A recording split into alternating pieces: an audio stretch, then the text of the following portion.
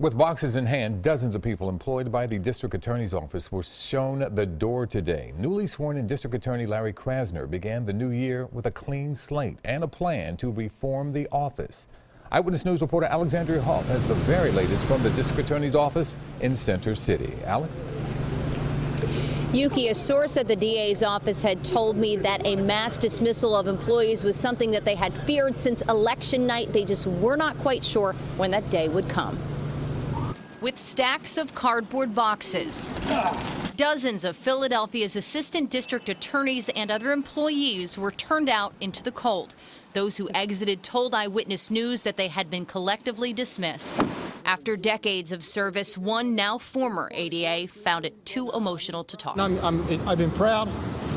These layoffs come just 4 days after Philadelphia District Attorney Larry Krasner was sworn into office. A movement was sworn in today.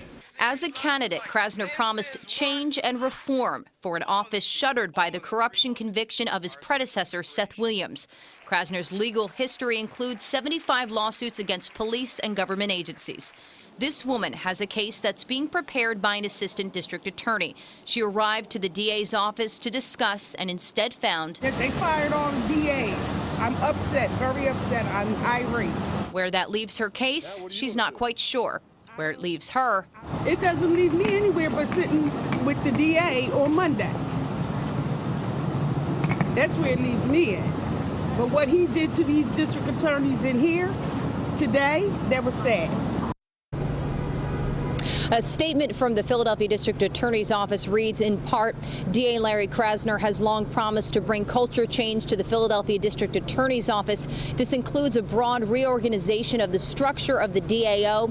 As part of that process, 31 DAO employees were asked to resign from their positions today, effective immediately. That statement also includes DA Krasner thanking those 31 employees for their service, adding that remaining colleagues will take on their caseload. A request for an interview was declined.